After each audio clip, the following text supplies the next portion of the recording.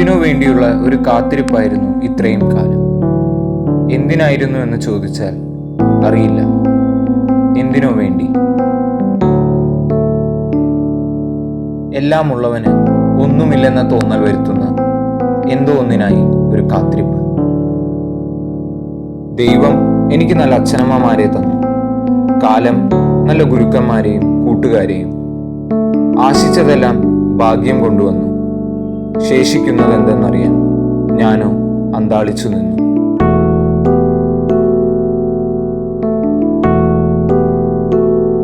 തനിക്ക് എന്താണ് വേണ്ടതെന്ന് സ്വയം ഉറപ്പില്ലാത്ത ഒരവസ്ഥയാണ് മനുഷ്യൻ്റേത്.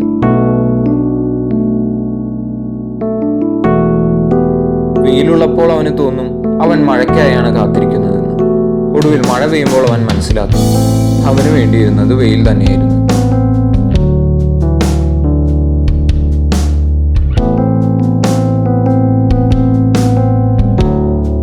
എന്താണ് ഇതിൻ്റെയൊക്കെ അർത്ഥം എന്ന് എനിക്കറിയില്ല. പക്ഷെ ഞാൻ പറഞ്ഞ കാത്തിരിപ്പ് അതെന്നെ കൊണ്ടെത്തിച്ചത് ഈ ചോദ്യങ്ങളിലേക്കാണ്. ദിവസവും കണ്ണാടിയിൽ നോക്കുമ്പോൾ കാണുന്ന ആ പ്രതിഫലനം എൻ്റേതു തന്നെയാണോ? എന്നേക്കാൾ മുമ്പ് ആ സംശയം തോന്നി തുടങ്ങിയത് എൻ്റെ കൂട്ടുകാർക്കാണ്.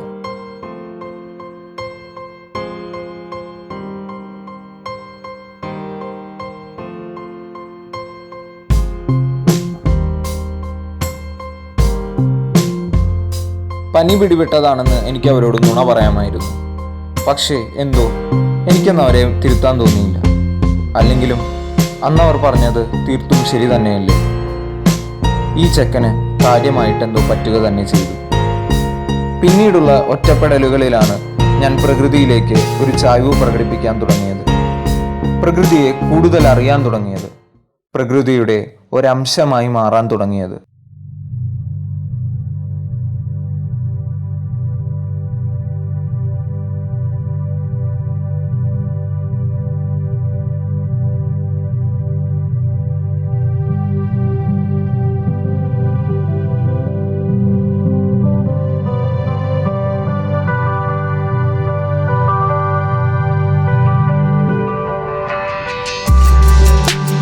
ദൃശ്യങ്ങളിലാണ് ഞാൻ അഭയം പ്രാപിച്ചത്. അവയിൽ നിന്നും ഞാൻ മനസ്സിലാക്കിയ കാര്യം പ്രകൃതിയും നമ്മളെപ്പോലെ തന്നെയാണെന്നാണ്. ഇരുളുകൾ എത്ര മറയ്ക്കാൻ ശ്രമിച്ചാലും പ്രകാശരശ്മികൾക്കായി ഏത് ദിശയിലേക്കും ചായുന്ന ഇലകളെ കണ്ടിട്ടില്ലേ? മകരന്തം തേടി പൂക്കളിൽ നിന്നും പൂക്കളിലേക്ക് പറക്കുന്ന ചിത്രശലഭങ്ങളെ കണ്ടിട്ടില്ലേ? അവരും നമ്മളെപ്പോലെ തന്നെയാണ്. ഒരു ചെറിയ വ്യത്യാസം ഒഴിച്ചാൽ. അവർക്ക് വേണ്ടതെന്താണെന്ന് അവർക്ക് വ്യക്തമായി അറിയാം. അവിടെയാണ് ചെറുതായെങ്കിലും എനിക്കൊരു തിരിച്ചറിവുണ്ടായത്. പ്രകൃതിയായി എന്നിൽ തോന്നിച്ച ഒരറിവ്. പ്രകൃതി ജീവിക്കുന്നത് അഥവാ ജീവിക്കേണ്ടത് ഇന്നിലാണെന്ന്.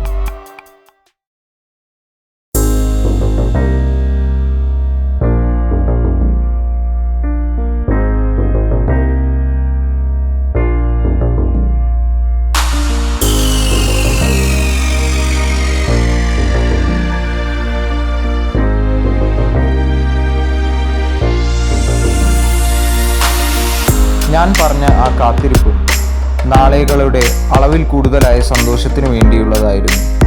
അതിലൂടെ ഞാൻ നഷ്ടപ്പെടുത്തിയത് ഇന്നത്തെ ഭംഗികൾ.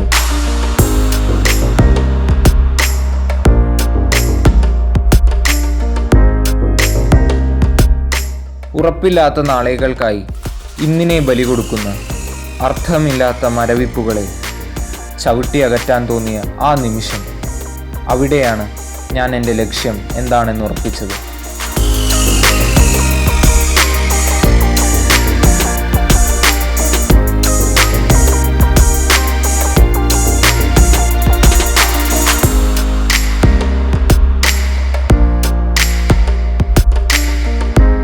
ഓരോ നിമിഷവും കാലികമായ ഇന്നിൻ്റെ ആനന്ദം കണ്ടെത്താനാണ് നമ്മൾ ഉത്സാഹിക്കേണ്ടത്.